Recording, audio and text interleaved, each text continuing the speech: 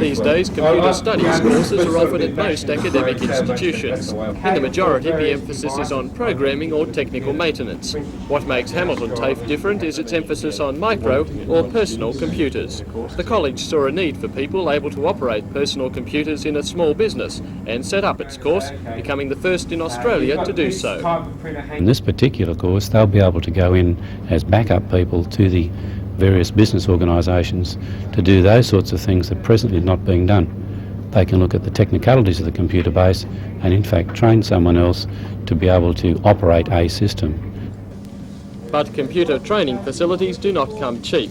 It has cost the college more than $800,000 to set up its new school, located in the old family law court in Hunter Street. There are now 30 full-time students enrolled for the two-year course and 60 studying part-time. Graduates received an associate diploma, putting the course on the same par as many offered by tertiary institutions. Although this means students escape the $100 TAFE course fee proposed by Dr. Metherall, it does mean they qualify for the Commonwealth tertiary fee of $263 per year. Hamilton TAFE principal Len Cusack admits the fee will deter some. I think a fee of any magnitude will in fact restrict some students from getting access, and that's a difficult problem. We have to analyse each case when it comes up.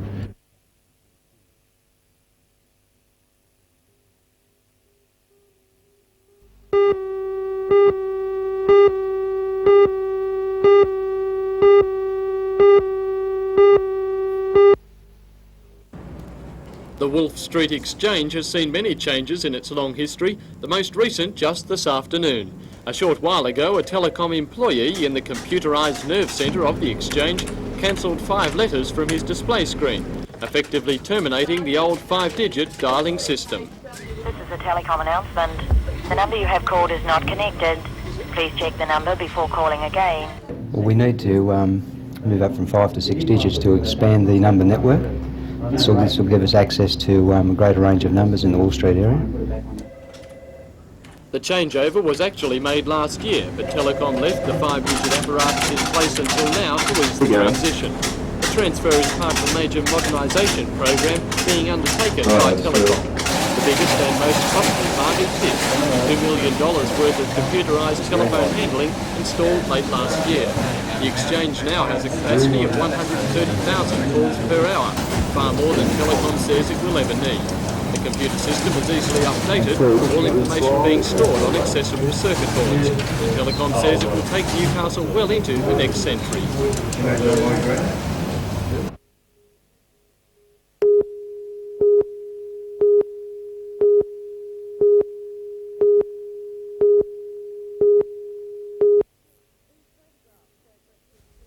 These photographs show Brett Beasley surfing on the remote Indonesian reef that beckoned him back last week. He and 9 others set off from a small port southwest of Jakarta for a 6-day surfing adventure.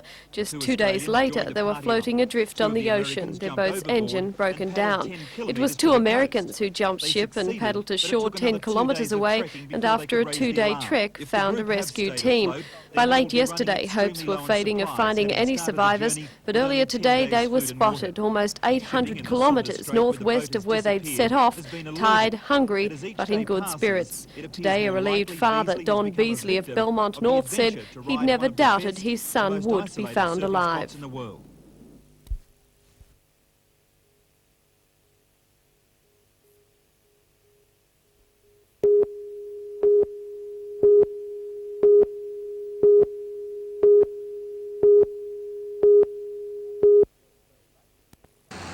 This is the very latest in cycling aids. If you already have a personal computer and a television set, $1,500 will buy you the computer program and the Resistance roller bike frame. The program has 6 different race courses to choose from and a facility which allows you to design your own course. Importer Charles Coyne currently has one of the competent trainers at Expo on show for Sports Week. He says the only things the device cannot simulate is rain, darkness, potholes and traffic. The main advantage is the extremely high quality, that you have a person there riding with you all the time, and you can set that person's power, so you always get a good training run over a variety of courses with hills and wind and everything. The only thing we don't have in it is turning corners and rain.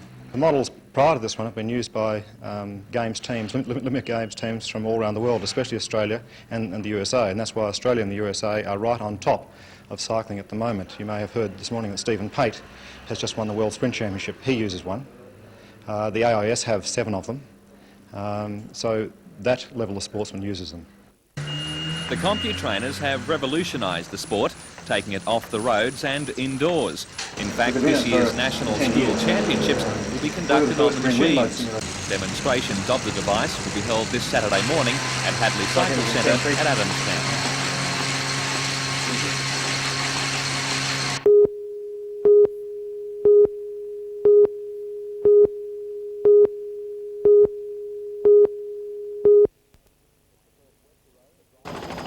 It's the first wet terrain the drivers and riders have encountered as they negotiated the Channel Country, a number coming to grief in the boggy conditions.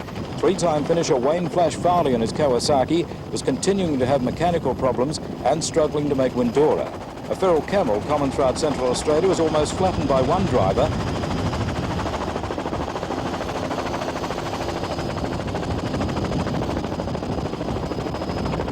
But a number of other drivers, including teammates Ross Duncan and Andrew Curran, found negotiating a piece of earth-moving equipment tricky, taking a wrong turn before resuming the correct course.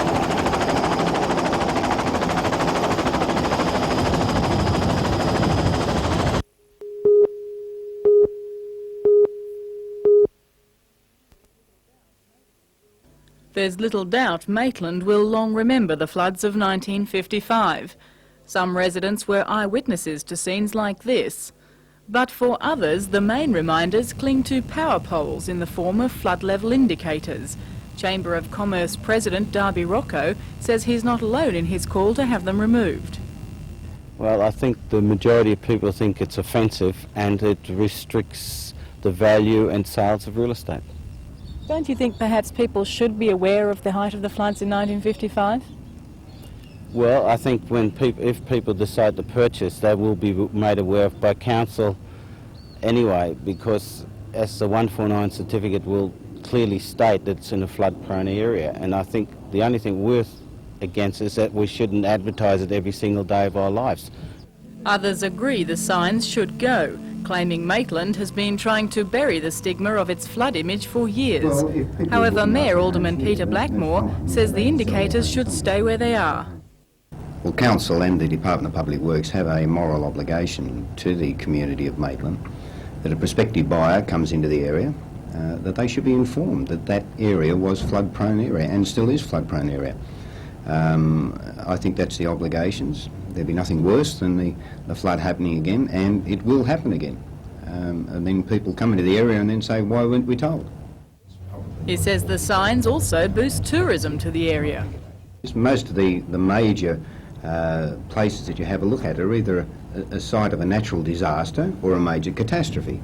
And I can envisage tourists coming in and looking at the signs that are strategically placed around Maitland, and they can't imagine the amount of water that would have been here in 1955. It is part of our heritage, and Maitland prides itself on the heritage, and the floods, unfortunately, are part of our heritage.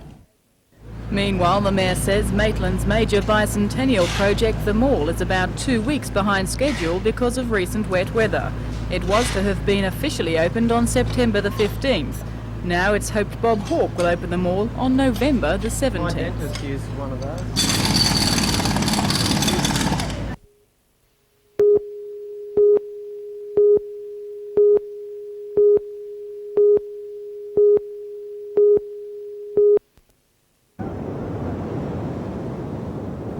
This year is the 25th annual running of the event. Only one other surf competition has been running longer, and that's the Bells Easter Classic, which has been going 1 year longer. 125 surfers are entered, with some coming from as far away as Western Australia and Queensland.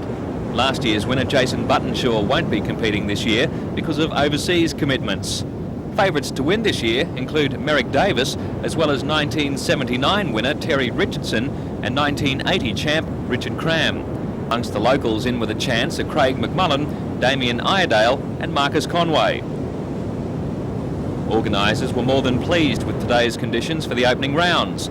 From From a competitor's point of view, the clean 1.5 metre offshore waves were almost perfect and are hoped to continue for another 2 days. All up, $10,000 in cash and prizes is up for grabs, with competition to continue tomorrow and the final set down for midday Sunday.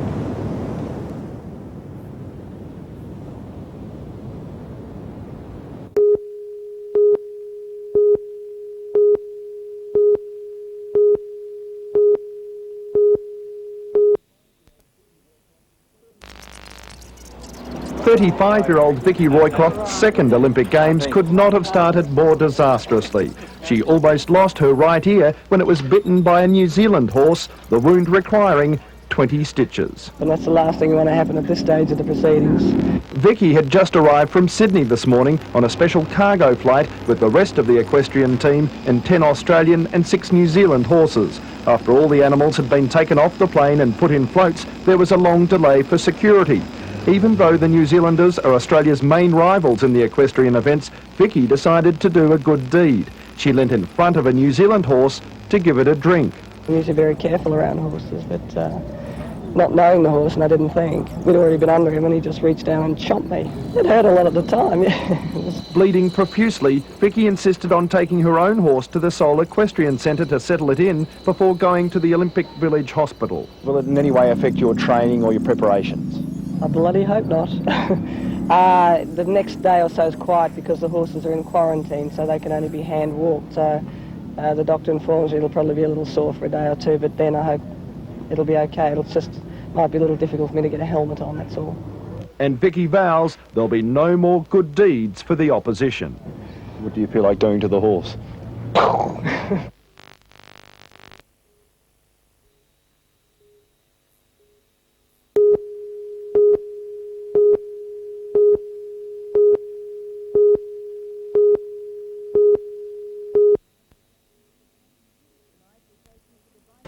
Tonight we take you to the Bicentennial exhibition, which opens in Newcastle tomorrow morning. Several Novocastrians are among the 70 full-time employees who have been travelling with the exhibition. For all the news, join us tonight at 6.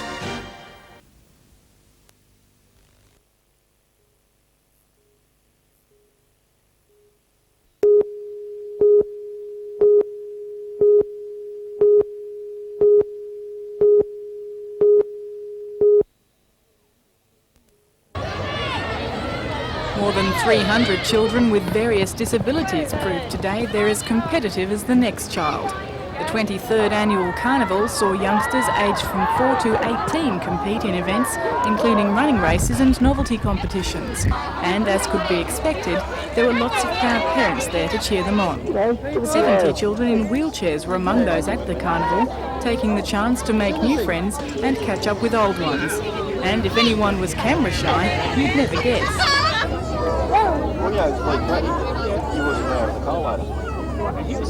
One of the highlights of the day was a march past involving students from 17 Hunter schools. Host school Cameron Park won the march past, while Alison Brazel of Glendon School of Hillsborough was the day's girl champion. Stephen Dunn of Belmont's Lakeside School was declared boy champion. Cameron Park School was the overall points winner, while Singleton High was the points champion in the small school division. Some of the children will go on to compete in the Pacific Games at Sydney in December. The Games will be the Education Department's final bicentennial event.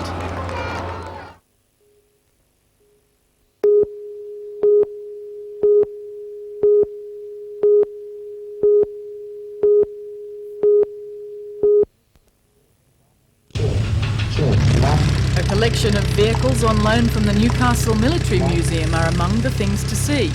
The main exhibition includes 12 pavilions, each focusing on a theme such as the environment and Australia's identity. The show is travelling throughout the country. This is its 25th stop. And for some lucky Australians, it's been an opportunity to travel and get paid for doing so. Kevin Loweth of Raymond Terrace has been working as a rigger. With his wife Eileen and their 2 daughters, Edith, 13, and 5-year-old Siobhan, it's been a family tour. It's a once-in-a-lifetime thing for me, and that's it. It's something I'll never get a chance to do again, probably in my lifestyle, and to be involved in something like this for the bicentenary year has been great. But it hasn't all been fun. The family lost their car and caravan in an accident crossing the Nullarbor. Other Novocastrian employees include mechanics Glenn Hawkins from Lambton, Jock Pickford from Adamstown and John Barnett from Raymond Terrace. But they maintain 77 vehicles. And Peter Hickey from Morpeth has been working with the exhibition since last November. Now back on home ground, he's calling it quits. But memories of work aren't all Peter is leaving with. A romance has blossomed with one of the exhibition's security women. Yeah, I got myself engaged, pack of gel. When you embarked on the journey, did you have any idea anything like this could happen? No, not really. I was quite surprised myself. No doubt the exhibition will have lots of surprises for Novocastrians when the gates open tomorrow morning at 9:30.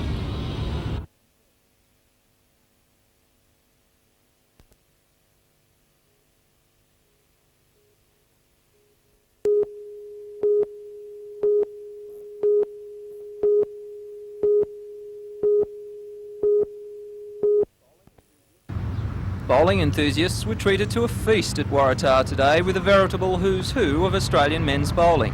It's the 27th year of this invitation event, and this year's players would have to be the best ever. Ian Schuback, perhaps Australia's #1 bowler, who holds a world title and who won a silver medal at the Edinburgh Commonwealth Games, came down from Tweed Heads for the competition. Local bowlers Barry Salter and Darby Ross, both with a long list of representative honours, line up against Jim Howard from Coffs Harbour, Sydney bowler Rex Johnson and interstate players Paul Richards, Graham Cook and Ken Woods. 6 of the 8 players are Australian representatives. Playing for more than $5,000 prize money, the players bowl 7 rounds of 31-up singles over the next 3 days, before the final on Friday. Meanwhile, at 31 bowling clubs throughout Newcastle, more than 1,800 women bowlers began a week of competition organised by the Newcastle District Women's Bowling Association. It's one of the biggest bowling competitions in the world and has attracted many interstate competitors. Most interest will feature on local champions Eve Wiltshire, Norma O'Neill and Faye Craig, who are expected to be amongst the frontrunners for the final at Mayfield West on Friday. Super Bowl.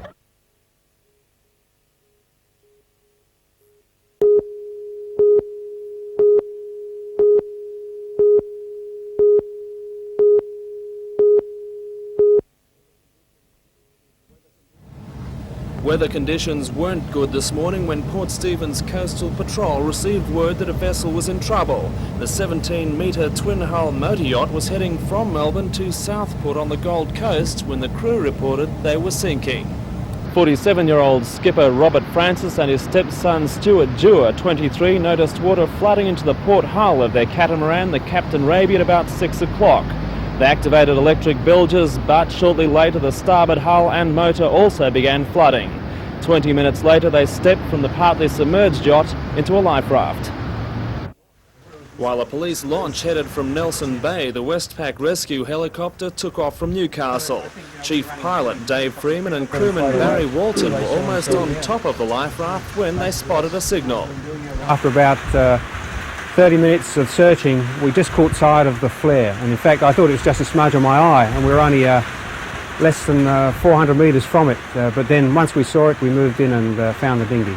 The young bloke was quite okay. Dragged him out of the raft first of all and just advised him what we were going to do, and he was quite willing. Once he was winched up, the Jinko lowered the strop down, and the bigger bloke we had to go back and get because the raft had drifted some metres away from where I was. But he was a bit hesitant about coming out of the raft, and once he was in the water he wouldn't let go, but I soon prized his fingers away from it because it was the men were more admitted beneficial to for Royal himself rather than Newcastle stay in the Hospital water. for treatment of mild hypothermia. It's believed they left on a chartered flight for Brisbane this afternoon after giving a statement to police.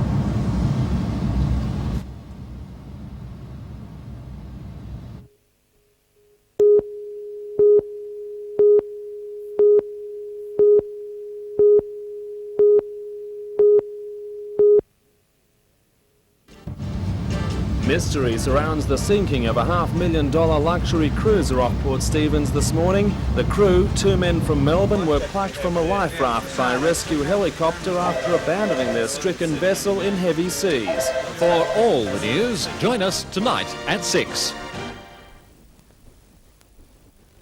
Yeah, and then, but they made me feel good after my losses because I came off a lot of times a bit upset with my matches, and you know, a lot of them were close, and I was just a bit unlucky that I lost a lot of them.